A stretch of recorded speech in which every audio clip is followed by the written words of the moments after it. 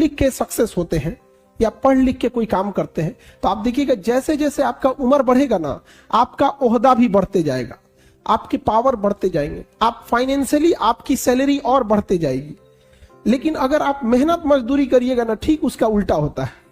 जितना उम्र बढ़ेगा आपका रिजेक्शन रेशियो ज्यादा रहेगा। अब आपको मजदूर लाना है तो आप कोशिश कीजिएगा थोड़ा हट्टा कट्टा कि लाइएगा। आप एकदम आप खुद से सोचिए, अगर मजदूर लाना है तो एक 50 साल का मजदूर है, एक 20 साल का है, किसको सेलेक्ट कीजिएगा?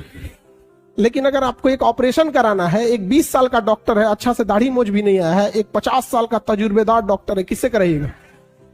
अंतर समझ में आ गया पढ़ाई का? तो इसलिए ये एक ऐसा इन्वेस्टमेंट है ना कि जब तक जिंदा रहिएगा ना, इसका रिटर्न आते रहेगा।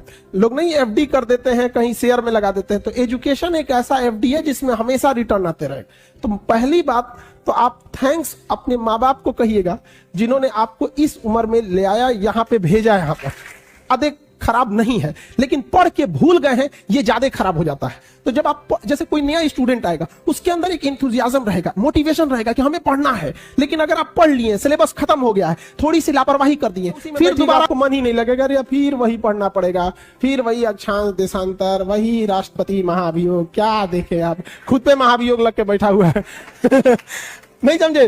तो ये याद रखिएगा, आप भले 1 साल लेट से तैयारी करो, लेकिन 1 साल लापरवाही मत करो। अपने आप से आज पूछ लो, अगर मन भटक रहा है इधर उधर, तो हम कहते हैं कि 1 साल तुम देर से ही चालू करो, लेकिन बीच से मत लौटो, क्योंकि आधे रास्ते से लौटने से बेटर है कि उसी रास्ते पे आगे चल दो, क्योंकि उतनी ही दूरी तय करनी पड़ेगी। लौट के आओगे तो खाली हाथ रहोगे, चल जाओगे तो मंजिल मिलेगी। यहाँ पर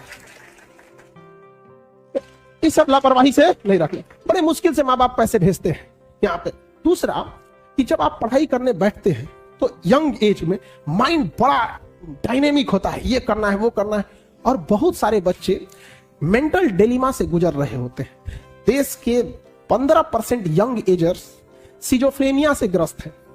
सिजोफ्रेनिया होता है ना कि आपस में खुद थिंकिंग करने लगेंगे, आप दिन भर सोचने लगेंगे। और ये क्या है ना, भारत का इंसान, जब तक कोई इंसान पूरी तरह पगला ना जाए, उसको ये नहीं मानता है कि इसको कोई दिमाग की बीमारी है।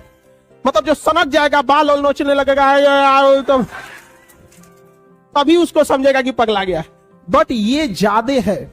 अब जैसे आप यूपीएससी की तैयारी कर रहे हो, गांव में झगड़ा होगा। अब क्या है ना कि यंग एज में माइंडसेट बच्चे 2 दिन डिस्टर्ब रहेंगे, हमको बताया है, रूप बताते हैं, वर्दी लग जाने दे फिर बताते हैं तुमको। वो दिमाग में घूम रहा है। और आपको बताने की जरूरत नहीं है, इसमें हर बेंच पे 1 से 2 ऐसे बच्चे होंगे जिनके साथ ये प्रॉब्लम है, चाहे वो लड़का है या लड़की है। हमसे मत छुपाओ बाबू, तुम जिस रास्ते पे चल रहे हो उसके ट्रैफिक पुलिस रहे हैं हम।